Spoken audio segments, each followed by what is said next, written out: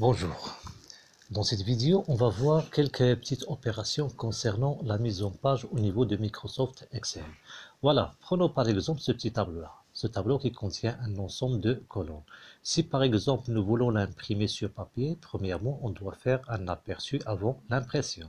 Pour cela, on doit choisir Fichier et pour cette version de Excel 2010, on va choisir Imprimer et voilà ici notre aperçu avant l'impression. Vous voyez ici que le tableau n'est pas affiché dans la première page. Une partie est affichée dans la première page, mais ici vous voyez qu'on a deux pages, c'est-à-dire la deuxième partie se trouve dans la deuxième page. Voilà, pour résoudre ce problème-là. Premièrement, ici vous voyez que notre page elle est en portrait. Donc premièrement, puisque le tableau est large, on va modifier l'orientation de la page. Pour cela, on va choisir Mise en page, puis on va choisir Orientation. Maintenant, ici, on va choisir une page en paysage. Voilà ici, vous voyez que vous avez ici un petit trait en pointillé. Celui-là, il indique la fin de la première page. Celle-là, c'est la première page. Et cette partie-là du tableau, il sera imprimée dans la deuxième page. Et pour la vérifier, on va choisir Fichier, puis Imprimer une deuxième fois. Maintenant, voilà ici votre page qui est une page en paysage, qui contient un ensemble de colonnes. Mais vous voyez ici que vous avez deux pages, c'est-à-dire il y a quelque chose dans la deuxième page.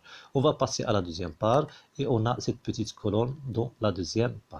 Voilà, maintenant pour résoudre à ce problème-là, on a plusieurs solutions. Parmi les solutions qu'on peut utiliser, on peut, puisqu'on a un problème au niveau de la largeur de la page, on peut modifier un petit peu la marge de droite et la marge de gauche.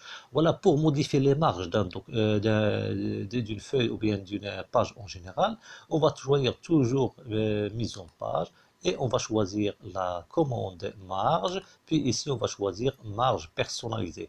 Ici vous avez un ensemble de marges qui sont prédéfinies. Pour cela, pour déclarer une autre marge, on va choisir marge personnalisée. Vous aurez cette petite boîte de dialogue.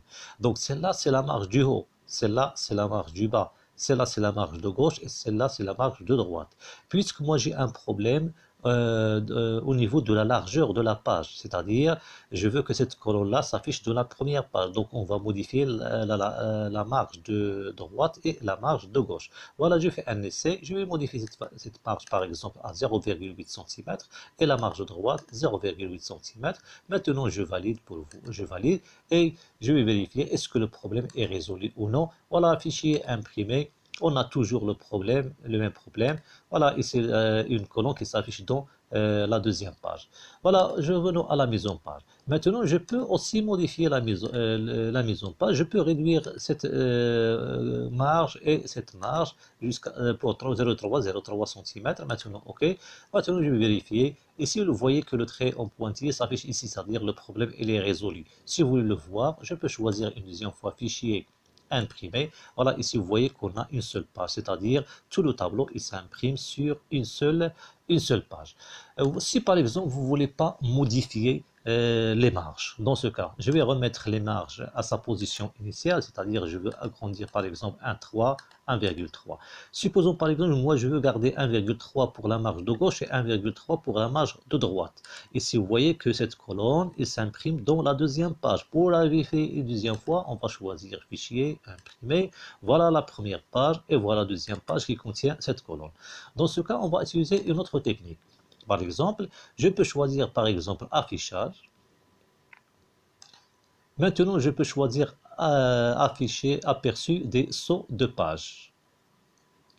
Lorsque vous choisissez aperçu des sauts de page, vous aurez ici, voilà, ici la première page.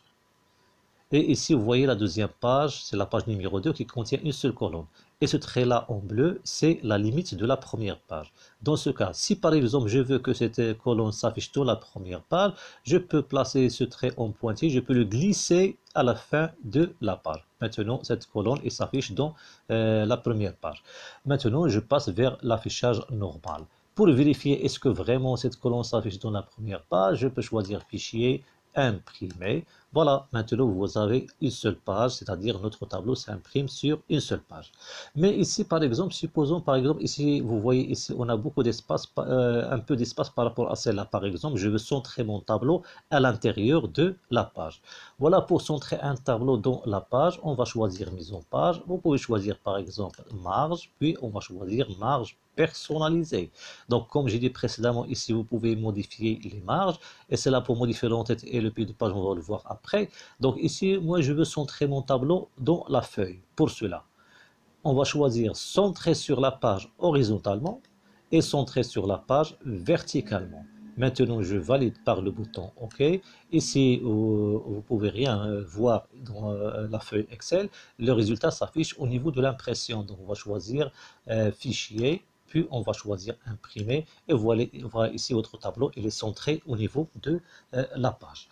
Voilà, une deuxième opération, par exemple, supposons par exemple, vous avez un très grand tableau. Par exemple, ici, vous avez un tableau qui contient un très grand nombre de lignes, c'est-à-dire il s'affiche sur plusieurs pages. Si par exemple, nous voulons imprimer ce tableau sur la page, ou sur des pages, on va choisir Fichier, puis on va choisir Imprimer. Voilà la première page. C'est là, pardon, c'est la première page. Et la page suivante, la page suivante, la page suivante. Le même problème qu'on a, c'est que cette colonne n'est pas affichée dans la page. Dans ce cas, on va modifier la mise en page et on va choisir les marges, puis on va choisir marge personnalisée. Donc je vais réduire un petit peu les marges, la marge de droite, la marge de gauche. OK, maintenant vous voyez le trait en pointillé ici, c'est-à-dire toutes les colonnes s'affichent sur la page. Pour vérifier, fichier, imprimer, et voilà notre la première page. Si vous voulez passer à la deuxième page, je vais choisir celui-là, page suivante, page suivante, page suivante, etc. Mais le problème que j'ai ici, c'est que l'entête du tableau, il s'affiche dans la première page. Mais si je passe à la page suivante, ici, vous n'avez pas l'entête du tableau. C'est-à-dire, vous ne pouvez pas savoir le 1 c'est quoi, le 4 cette valeur c'est quoi, cette valeur c'est quoi, et celle-là c'est quoi. C'est-à-dire, lors de l'impression, je veux que cette entête-là s'affiche sur toutes les feuilles, ou bien sur toutes les pages. Voilà, pour cela, on va choisir mise en page. Maintenant, pour que cette partie-là ou bien cette en-tête-là apparaît tout sur toutes les pages, on va choisir mise en page, puis on va choisir imprimer les titres. Lorsqu'on choisit imprimer les titres, vous aurez ici cette boîte de dialogue. Voilà, maintenant, qu'est-ce que nous voulons afficher sur toutes les pages? Nous voulons afficher, par exemple, une ligne qui soit répétée sur les autres pages. Donc, je clique sur ligne à répéter en haut. Maintenant, je vais cliquer sur la ligne numéro 5. Donc ici, c'est la ligne numéro 5 qui sera répétée sur toutes les pages lors de l'impression. Maintenant, je valide par le bouton OK.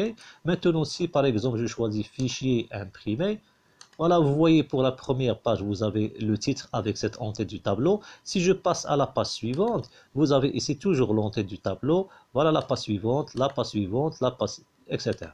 Si par exemple, vous voulez que l'entête, toute l'entête, c'est-à-dire de la ligne numéro 1 jusqu'à la ligne numéro 5, c'est-à-dire cette partie-là, se répète sur toutes les pages. Pour cela, on va choisir mise en page, imprimer les titres. Maintenant, au lieu de sélectionner seulement la ligne numéro 5, c'est-à-dire celle-là, je peux sélectionner de la ligne numéro 1 jusqu'à la ligne numéro 5. C'est-à-dire toute cette partie-là, il sera imprimé sur toutes les pages. Maintenant, je valide par le bouton OK. Et lorsqu'on choisit Fichier, Imprimer, vous voyez ici la première page, elle contient le titre avec l'entête du tableau. Si je passe à la deuxième page, voilà la page numéro 2, elle contient toujours le titre avec l'entête du tableau, etc. jusqu'à la fin. Donc cette technique-là, elle permet d'imprimer l'entête du tableau sur toutes les feuilles. Mais par exemple, supposons pas, je ne veux pas imprimer, je veux tout simplement défiler pour consulter mon tableau. Lorsque je défile mon tableau, voilà, ici l'entête est affichée, celle-là c'est la classe, c'est le niveau, celle-là c'est le numéro de compte, etc. Mais lorsque je défile, je ne peux pas savoir cette colonne c'est quoi, cette colonne c'est quoi, cette colonne c'est quoi. Ce qui me pose un problème lors de la lecture de mon tableau. C'est pour cela, lorsque je défile mon tableau, je veux que cette partie-là, elle reste affichée sur l'écran pour que je puisse savoir le rôle ou bien chacune des colonnes. Voilà, pour cela, qu'est-ce qu'on doit faire? Premièrement, je clique sur la ligne, c'est-à-dire juste la ligne au-dessous de la partie que je veux garder affichée sur l'écran. Voilà, je clique sur la ligne numéro 6. Maintenant, je choisis l'onglet affichage. puis je choisis dans le groupe fenêtre, figer les volets, puis je choisis figer les volets. Maintenant, lorsque je défile mon tableau, vous voyez que cette partie-là reste affichée sur l'écran. C'est-à-dire, voilà, il a la ligne 5, ici c'est la ligne 63. Donc je défile, et le tableau, il défile au-dessous de cette partie-là. Si par exemple je veux annuler cette opération-là, on va choisir toujours affichage. Maintenant, je vais choisir figer les volets. Ici, on va choisir libérer les volets. Maintenant, j'ai libéré les volets. Alors, je défile automatiquement. Cette partie-là, elle sera défilée et je ne peux pas savoir cette colonne c'est quoi, ou bien celle-là c'est quoi, ou bien celle-là c'est quoi. Donc, si vous voulez afficher ou bien garder cette partie affichée sur l'écran et le tableau, il défile au-dessous de son en-tête, dans ce cas, on doit cliquer juste sur la ligne, le numéro de la ligne au-dessus de l'en-tête.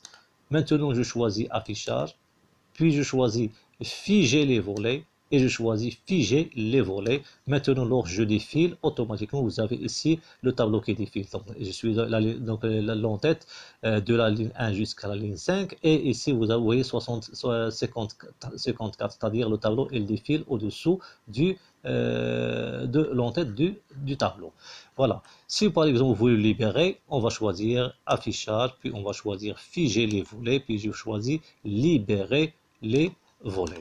Voilà pour des petites opérations de mise en page. Revenons à la partie que j'ai citée précédemment concernant l'en-tête de page. Voilà, si par exemple pour ce tableau-là, vous voulez ajouter un en-tête et le pied de page, c'est-à-dire lorsqu'on choisit fichier imprimer, par exemple, ici dans l'en-tête, vous voulez afficher des informations, ou bien ici dans le pied, vous voulez afficher des informations.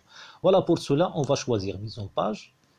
Puis, vous pouvez choisir, il y a plusieurs techniques, vous pouvez choisir l'en-tête et le pied de page, ou bien tout simplement, vous pouvez choisir les marges. Maintenant, je peux choisir marge personnalisée et je passe directement vers l'en-tête et le pied de page. Maintenant, cette zone-là, elle représente l'en-tête du tableau, ou l'en-tête de la page, et cela, elle représente le pied de page. Donc, c'est là, c'est l'en-tête de page, c'est là, c'est le pied de page. Supposons par exemple ici, dans l'en-tête de page, je veux afficher par exemple mon nom, par exemple, ou bien la date, ou bien par exemple, on va choisir en-tête personnalisée. Maintenant, ici, vous aurez une autre boîte. Cette zone-là, c'est pas afficher une information à gauche. Celle-là au centre, celle-là à droite. Par exemple, supposons ici à droite, je veux afficher par exemple mon nom. Par exemple, voilà, je vais afficher par exemple Suhail Chanel. Et sur cette partie de gauche, par exemple, je vais laisser, ou bien par exemple, je vais afficher par exemple le titre de cette vidéo-là, c'est la mise en page. Maintenant, et je vais laisser la partie centrale vide. Maintenant, je valide par le bouton OK. Et voilà ces deux informations. Voilà, ici dans l'en-tête, on aura à gauche la mise en page et à droite Suhail Chanel. Maintenant, dans le pied de page, supposons ici, je veux afficher une information, ici une information, ici une autre information. Dans ce cas, je vais choisir pied de page personnalisé.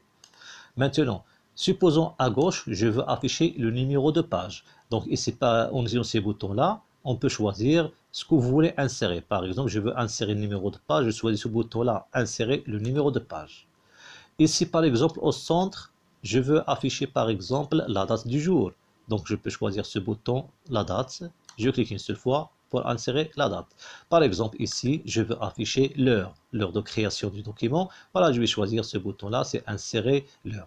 Donc, celui-là, c'est pour faire la mise en forme du contenu, c'est-à-dire le numéro de la page, etc. Date. Celui-là, c'est pour insérer le numéro de page. Celui-là, pour insérer le nombre de pages. Celui-là, c'est pour insérer la date. Celui-là, pour insérer l'heure. Celui-là, c'est pour insérer le chemin du fichier, c'est-à-dire le dossier, le nom du dossier où le fichier est enregistré. Celui-là, si vous voulez insérer le nom du fichier, c'est-à-dire le nom du classeur, c'est-à-dire le nom d'enregistrement. Celui-là, c'est pour afficher le nom de la feuille, c'est-à-dire notre tableau se trouve dans la feuille numéro 1 et vous voulez afficher le nom de la feuille, on va choisir celui-là. Et celui-là, si vous voulez insérer une image, par exemple, comme le logo, ou bien logo, etc. Voilà, ici, je vais insérer seulement l'heure. Maintenant, je valide par le bouton OK. Maintenant, je valide par le bouton OK. Et pour voir ces résultats-là, je vais choisir Fichier et je peux choisir Imprimer. Et voilà. Ici, vous voyez, dans l'entête, j'ai inséré le titre mise en page, ici sur HTML. Et sur la partie inférieure, j'ai inséré ici le numéro de la page, ici, inséré la date, et à droite, pardon, j'ai inséré l'heure. Voilà, ce sont des petites opérations concernant la mise en page au niveau de Microsoft Excel. Si vous avez des questions, ou bien vous avez des propositions, vous pouvez les déposer dans la zone des commentaires. Merci. N'oubliez pas à s'abonner à notre chaîne et pour toute question ou remarque ou proposition, vous pouvez le noter dans la zone des commentaires. Merci.